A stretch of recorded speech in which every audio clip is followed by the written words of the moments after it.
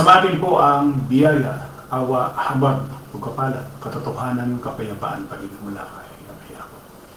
Isang magandang umaga, tanghali, hapon, gabi sa lahat po ng inabot ng pangalan ng ating channel ito sa iba't ibang panig ng buong mundo, maging dito sa atin sa buong Pilipinas.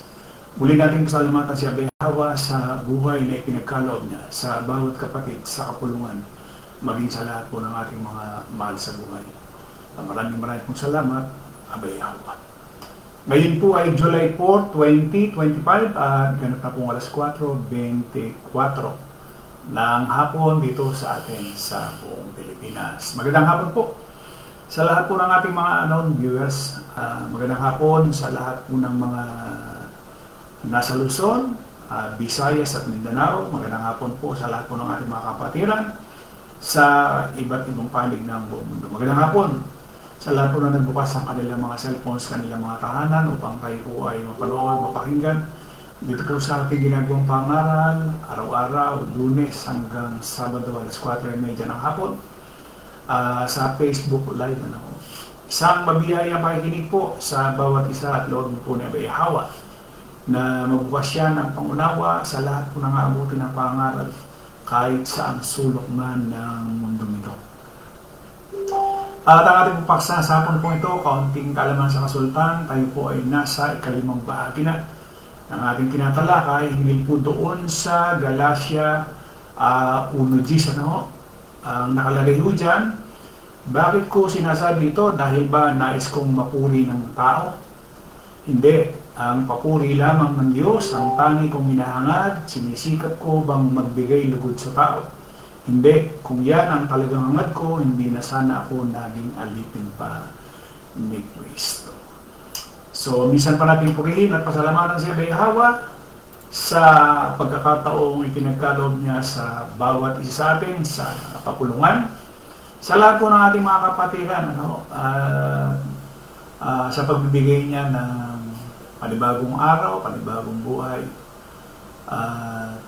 siyempre panibagong pag-asa habang tayo po ay nabubuhay pa sa mundong ito at nakagagawa pa ng mabuting gawa ayon sa kalooban ni Abayahwa. Yan ang dapat nating ipagpasalamat. Magandang hapon, Brother Emiliano Mali, Sister Ging Macar, Julia Tumali, Carlo Rol, Sister Loren Paulan Fernandez, Melchor Pasis, Brad Noli Tongkua, Jen Juarez, Brad Edmundo Mali, Sister Lisa Indinibli Corsiga,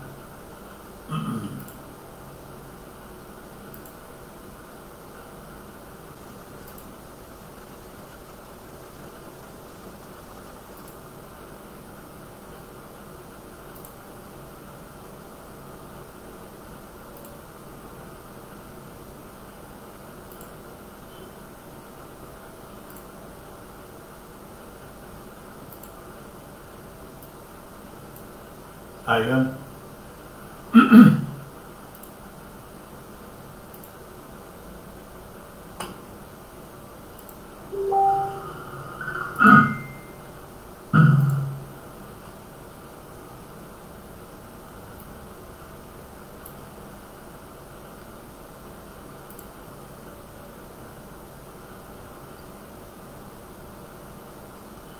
At sana loobin ni Abayahwa na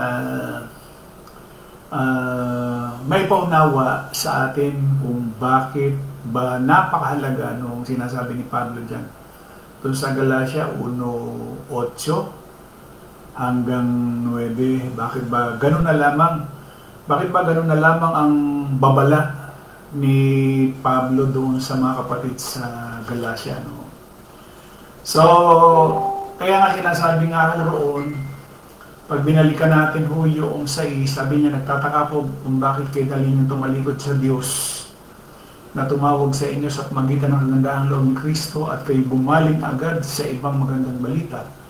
Ang totoo na may namang walang ibang magandang balita, kaya nga lamang yung mga nanggugulo sa inyo at nagsisikap na baguhin ang magandang balita ni Kristo. 8. Subalit kahimat kami o isang anghel na mula sa langit ang mangaral sa inyo ng magandang balita na iba sa ipinangaral namin sa inyo, parusahan nawa siya ng Diyos. Alam niyo bang sa Greek yan ay anathema?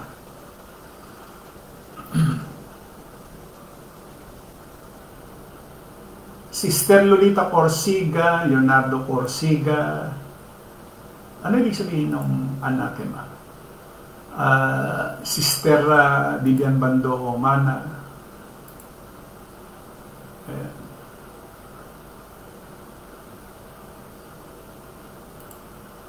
marami yung hindi nakakaalam noong ibig sabihin ng salitang anathema or sa Tagalog isumpain ano. Ang anathema po ay isang pagbabawal, pagtitiwalag, bagay o tao, sinumpa, devoted to distraction. Kumbaga, ipinasyang sirain. Kaya ibig sabihin, once sabi niya doon sa 8, subalit kahimat kami o isang anghel mula sa langit, mangaral sa inyo na magandang balita sa ng iba ipinangaral sa inyo, anathema, nawa siya ng Diyos, sumpain siya ng Diyos, anathema. Yun ang ibig sabihin niyan. Mahalagang maintindihan natin kung ano ibig sabihin ng salitang anathema para maiwasan natin. Kaya nga inisesa natin kahapon yung mga bagay na hindi pala dapat natin ginagawa sapagkat hindi naman pala iniutos. May Hawa. Alas 4:31 na ako. Diretso na ako. Ayan. Kaya po inisesa natin yung mga bagay na hindi dapat gawin. Sino ang mag-aakala na yung pagsisilebra mo ng iyong kapanganakan taon-taon ay masama pala? Kasi ang banggit ni Pablo, kahimat kami o isang anghel na mangaral sa inyo ng iba sa aming pinangaral ay anathema. Oo. Ang ibig sabihin ng anathema ay para ho doon sa kabatiran ng marami. Yan ho ay isinumpa, accursed, ayon dun sa Septuagint, katumbas siya noong Hebreo doon sa 7:26 ng Deuteronomy. Ano ba yung nakalagay doon? Sabi dito, at huwag kang magpapasok ng karumaldumal sa iyong bahay at baka ikaw ay maging itinalaga na gaya niyaon. Ayan. Iyong lubos na kapupuotan at iyong lubos na kasusuklaman sapagkat itinilagang bagay. O sa mababaw na Tagalog, hindi.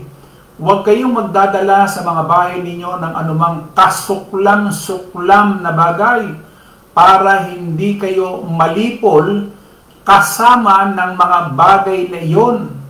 Kamuhian ninyo ito dahil itong mga bagay ay dapat wasakin ng lubusan. Yan ang ibig sabihin ng salitang anathema. Devoted to distraction. Ibig sabihin, yung isinumpa, of course, devoted to distraction. Ibig sabihin, halimbawa, katulad do, huwag ka magpapasok na anumang bagay na karumal-dumal sa iyong bahay. Bakit? Baka ikaw ay maging kagaya nung ipinasok mong karumal-dumal. So, ano mangyayari? Mawawasak yan. Kung yun ay wawasakin, pati ikaw wawasakin. Nakuha niyo ba yun? Kasi kung hindi nga iniutos niya yung mga bagay na yun, ayan, katulad nung pagsisilibra ng kapanganakan natin, taon-taon, isinisilibra mo, pinaghahanda mo, yung iba nga, pinangungutang pa yan. Diyo, para lamang isilibra na hindi mo naman alam kung yan ba ay tinuro, may Hawa, yan ba iniaral ng mga alagad, iniaral ba ng Kristo, iniaral ba ng Pablo? Hindi pala naman. Sino mag-aakala na yung pagpunta mo sa simbahan ay hindi pala iniutos? May Hawa ng Kristo maging yung mga alagad. Sino mag-aakala? Bakit? Bakit sino ba pinupuntahan sa simbahan? Di ba? Yung mga alagad ng una sa bahay-bahay lang.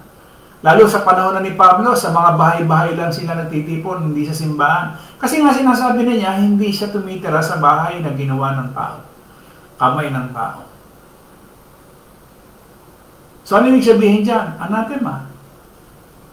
Meron pang isa, di ba ang binasa ko yung sa Deuteronomy, sa Josue. Doon sa Josue 6:17, sabi dito. Ang buong lungsod, ito yung kay yung wawasakin na yung sabi ho dito, yung pagbaksak ng Jericho. Sabi ho dito. Dito isang patutot 17. Ang buong lungsod at ang anumang matatagpuan doon ay wawasakin bilang handog kay Yahweh. Si Rahab lamang at ang kanyang mga kasambahay ang ihiligtas sapagkat itinago niya ang ating mga isinuguron. At, ito yung babala, huwag na kayong kukuha ng anumang bagay na nakatakdang wasakin.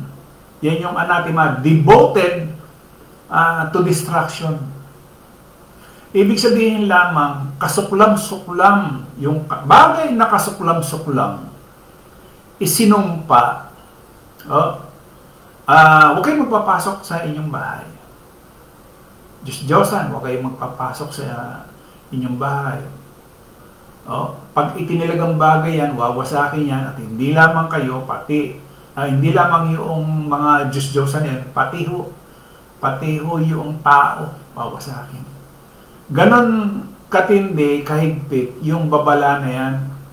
O yung sinasabi niya dyan sa Galatia 1:8 hanggang 9 yan. Subalit kahimat kami o isang anghel na mula sa langit, mangaral sa inyo na magandang balita na iba sa pinangaral namin sa inyo, parusahan nawa siya ng Diyos. Anathema. Anathema of Yahweh. Sinabi na namin ito sa inyo at inuulit ko ngayon, parusahan nawa ng Diyos ang sino mang mangaral sa inyo ng magandang balita na naiiba kaysa tinanggap na ninyo. Kumbaga, ito ay aalisin. Halimbawa, ikaw, nasa kapulungan ka at nangangaral ka ng ibang mabuting balita, aalisin ka. Aalisin ka sa kapulungan dahil hindi yan ipinangaral ni Abayawa. Bakit mo ipinangaral? Ibig sabihin, nag-aasik ka ng masama. Di ba? Alam niyo ba yung babala doon sa pangalawang Korinto 6? Sabi niya rito. Pangalawang Korinto 6:1.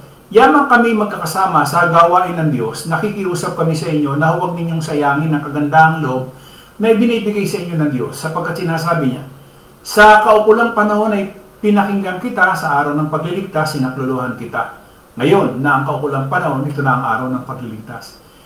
Iniwasan naming makagawa ng anumang makahadlang kanino man upang hindi kami mapulaan ng aming paglilingkod.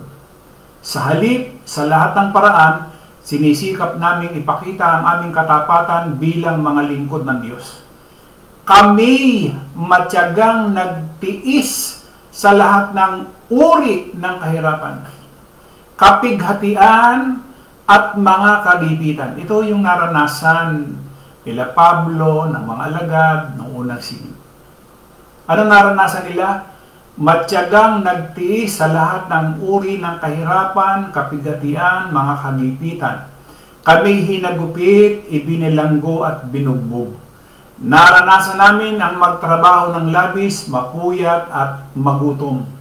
Namuhay kami ng malinis. Hindi sila namuhay ng may karangyaan. Hindi sila namuhay ng may karangyaan na katulad ng mga relihiyon. Branded lahat, sasakyan, bahay, mansyon, kapilya, simbahan, yung mga sinusuot, lahat branded. Hindi sila namuhay ng may karangyaan. Sabi ni Pablo, Nabuhay kami ng malinis, may kaalaman, pagtitiis, kabutihan, patnubay ng Espiritu, tunay na pag-ibig, tapat na pananalita at kapangyarihan ng Diyos. Ang pagiging matuwid ang siya naming sandatang panlaban at panangga. Naranasan naming maparangalan at ipahiya ang laitin at papurihan. Kami itinuring na sinungaling, gayong totoo naman ang aming sinasabi. Hindi kinikilala, gayong kami kinikilala ng marami. Itinuturing na patay na, ngunit buhay naman. Pinaparusahan kami, subalit hindi pinapatay. Ang tingin sa amin ay nalulungkot, gayong kami laging nagagalak. Mga dukha. Nakuha niyo ba yan? Ang buhay ng mga alagad ay dukha. Hindi sila nagsiyaman. Di ba? Bakit? Bakit hindi sila nagsiyaman? Hindi nila ginamit ang salita ni Abay Awa sa pagsisinungaling, pandaraya sa kapatid. Alam niyo ba ang ilang dekada na ako nangangaral para sa kaalaman ng marami? Pero wala ho tayo o wala ho akong yaman na katulad ng mga reliyon. Ganon din sila. Oh? Ayan o, sabi niya, anong nangyari sa kanila sa GIS? Ang tingin sa amin nalulungkot, gayong kami laging nagagalak, mga dukha, ngunit marami kaming pinayayaman, mga walang-wala, ngunit sagana sa lahat ng bagay. Ano ibig sabihin niyang walang-wala pero sagana sa lahat ng bagay? Eh bakit? Si Abay Awa nasa atin eh. Nasa kanila. Nasa nangangaral.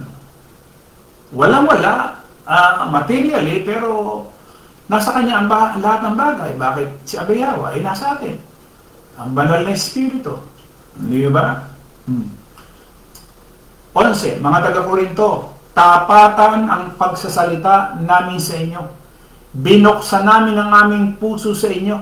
Hindi namin isinara ang aming puso sa inyo. Kayo ang nagsara ng inyong puso sa amin. Kita niyo ba yun? Merong parang panunumbat si Pablo rito. Hindi kami ang wika nagsara ng puso. Kayo ang nagsara ng puso. Sabi ni Pablo. Bakit? Ha? Bakit ang mga taga-Korinto nagsara ng puso? Tindihan na. Sige. Kinakausap ko kayo bilang mga anak, buksan naman ninyo sa amin ang inyong mga puso tulad ng ginagawa namin sa inyo. 14. Huwag kayong makisama sa mga di sumasampalataya na para bang kapareho nyo sila. Maaari bang magsama ang katuwiran at ang kalikuan? O kaya ang liwanag at ang kadiliman? Maaari bang magkasundo si Kristo at ang Diablo? Ano ang kaugnayan ng sumasampalataya sa di sumasampalataya?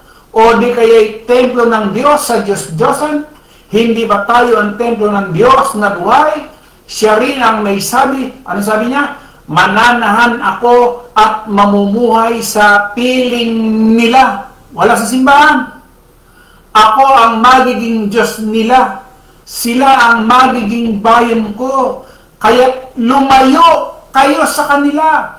Humiwalay kayo sa kanila. Sabi ng Panginoon, iwasan ninyo ang anumang marumi. At tatanggapin ko kayo. Ako ang magiging ama ninyo at kayo'y magiging mga anak ko, sabi ng Panginoong makapangyarihan sa lahat.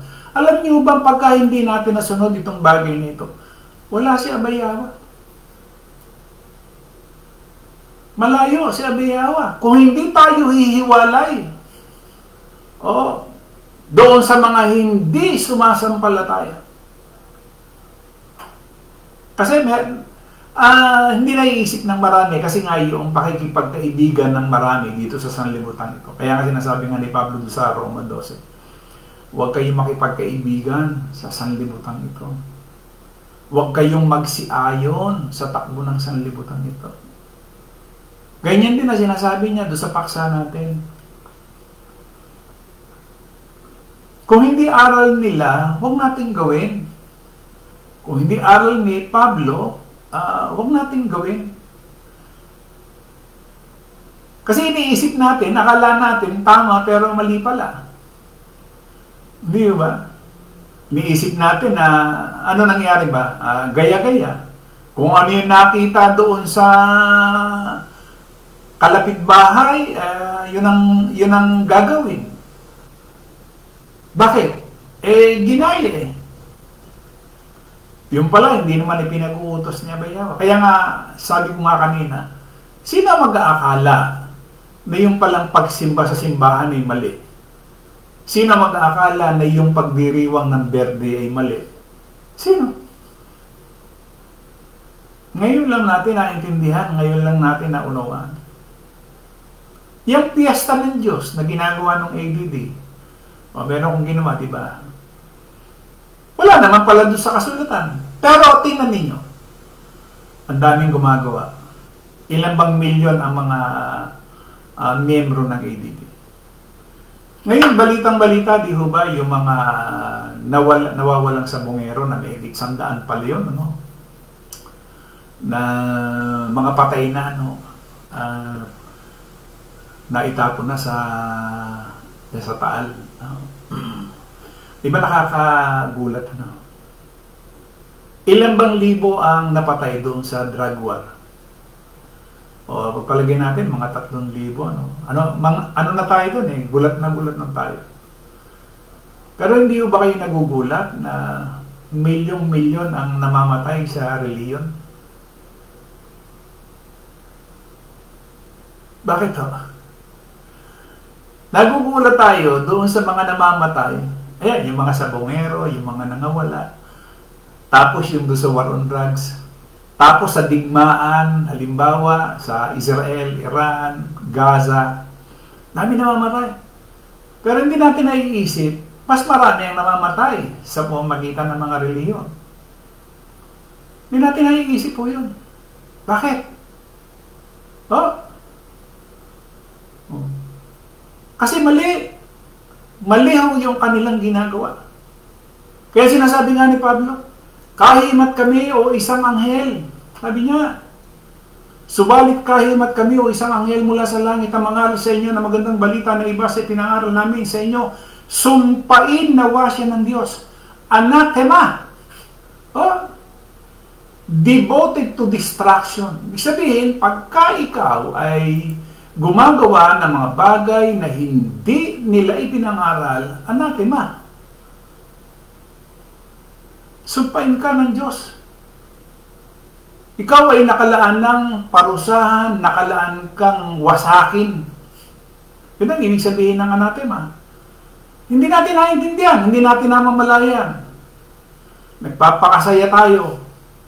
Diba? Tayo nasa laman pa, pagka-birthday natin, pwera pa yung pagkain ihahanda, sa mga kalalakihan, inuman. Ihaw dito, ihaw doon, luto dito, luto doon, inom dito. Saya-saya tayo. Dahil nasa laman tayo, no?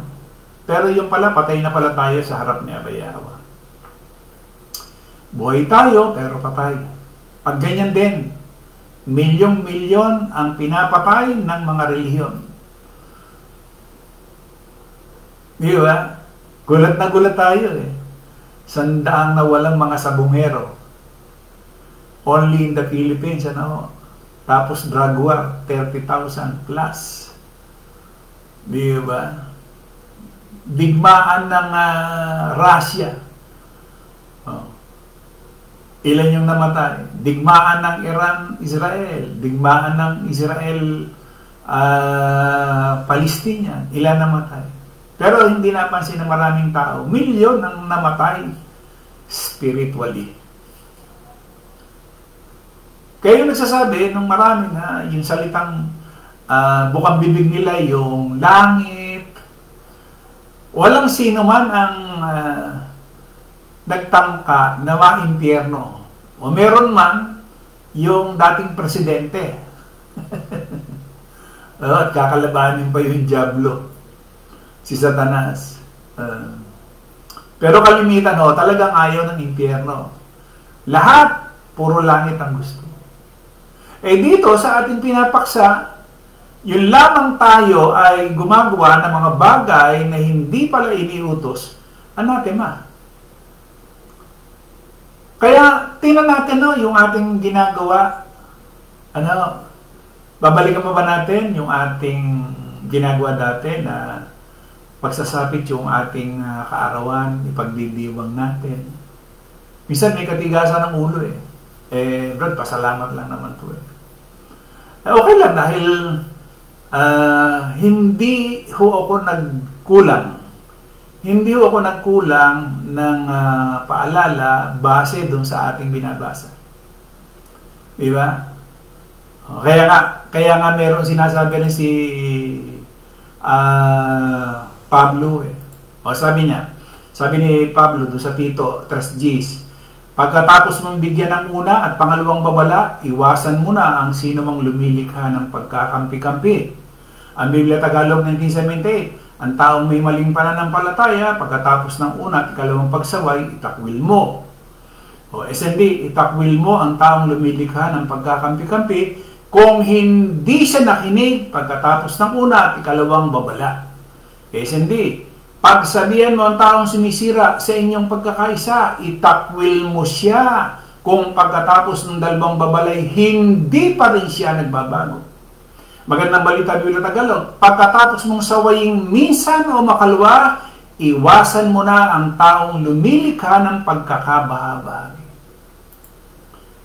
Meron pala namang utos Iwasan mo na. Pagka, kumaga, ayaw na niya makinig, itakwil mo, sabi niya. Ganyan din ho yung sinasabi diyan sa Galacia. Ganyan din ang sinasabi niya sa Galacia 1:8-9. Sumpain. Itakwil mo,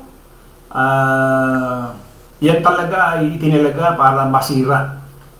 Once na tayo ay gumawa ng labas sa ipinangaral nila Pablo, yung salitang kaligtasan, hindi natin matatamo yun. Pero mo, ang sinasabi dito ni Pablo, kahimat kami o isang anghel. Ang mangaral ng iba, doon sa ipinangaral na namin ng una, matakwil. At hindi, kaya dapat yung ating gagawin, kikilos, dapat nakasalig sa kasulatan. Huwag po tayong gagawa ng mga bagay na hindi nakasalig sa salita ni Abayawa. Kaya yung pinakamimithi-mithi ng marami na buhay na walang gan, marami ho ang hindi talaga makakaranas ng salitang buhay na walang gan. At pinakikita naman ni Abayawa sa kapulungan ho kung gaano kaselan ang salitang kaligtasan sa kasalanan. Kasalanan ho sa kasalanan.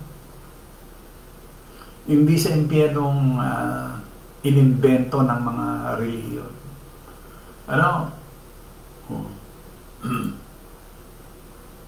Kaya yung naging buhay nila Pablo, yung sinasabi niya, sabi niya sa 6:3 ng pangalawang Korinto, iniwasan naming makagawa ng anumang makahadlang kanino man upang hindi mapulaan ang aming paglilingkod. Sa halip sa lahat ng paraan, sinisikap naming ipakita ang aming katapatan bilang mga lingkod ng Diyos.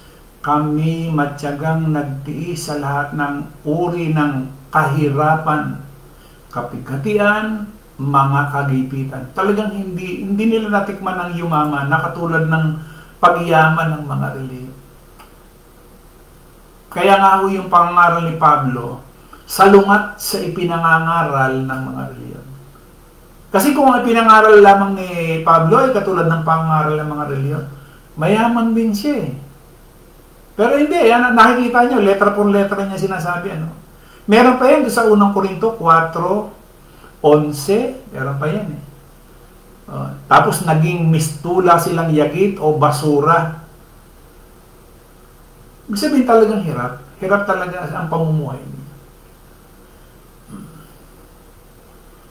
Diba? Kaya nga si Pablo,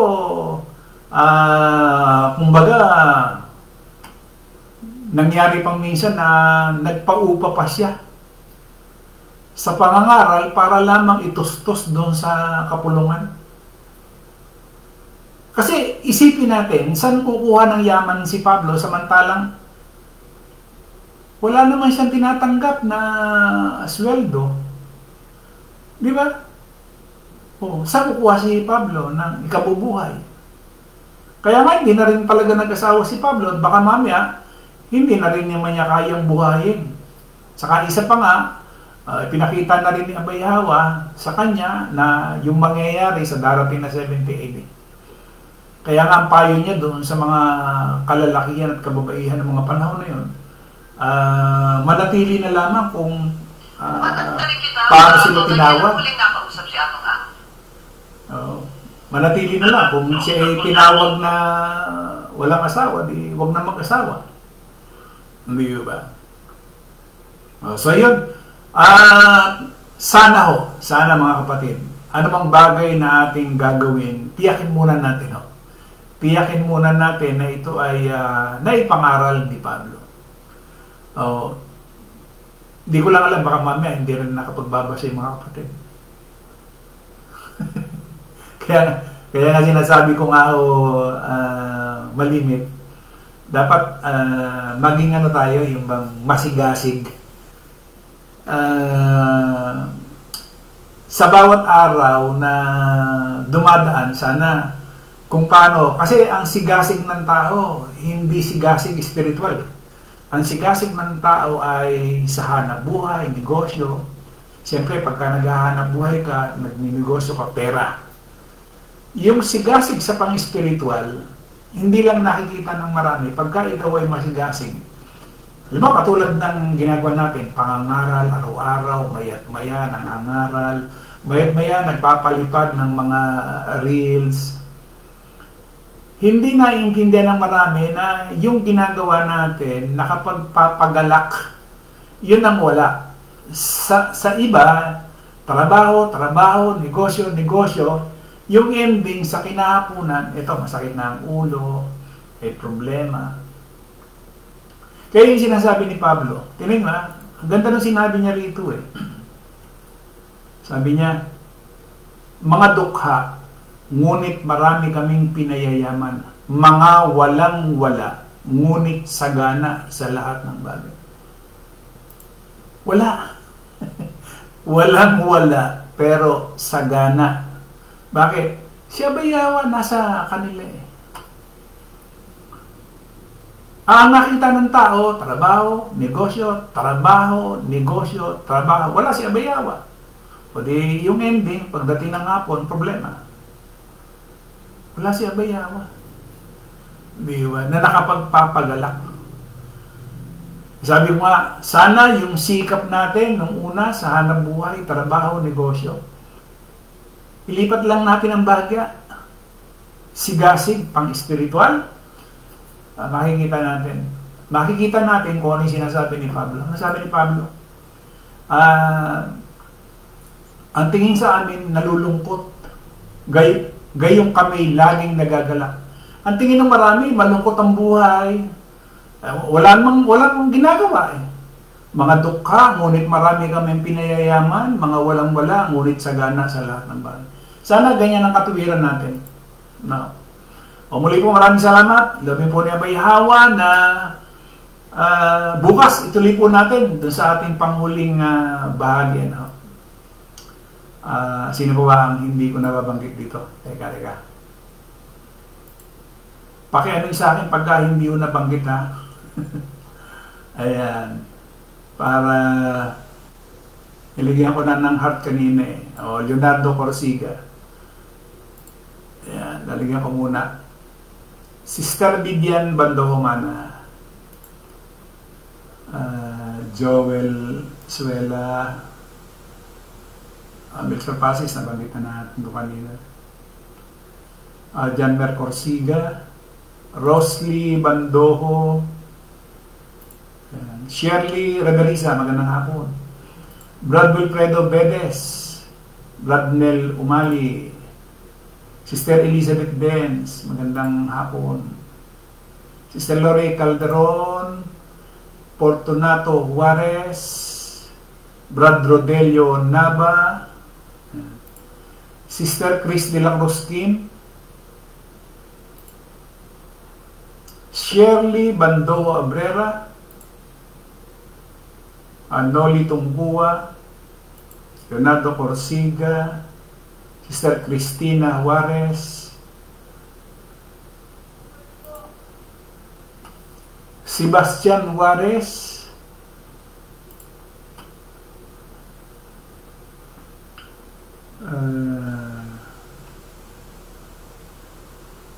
Sister Vivian Mana, marami pa pong ipinagtatanggol pa yung nasa ICC.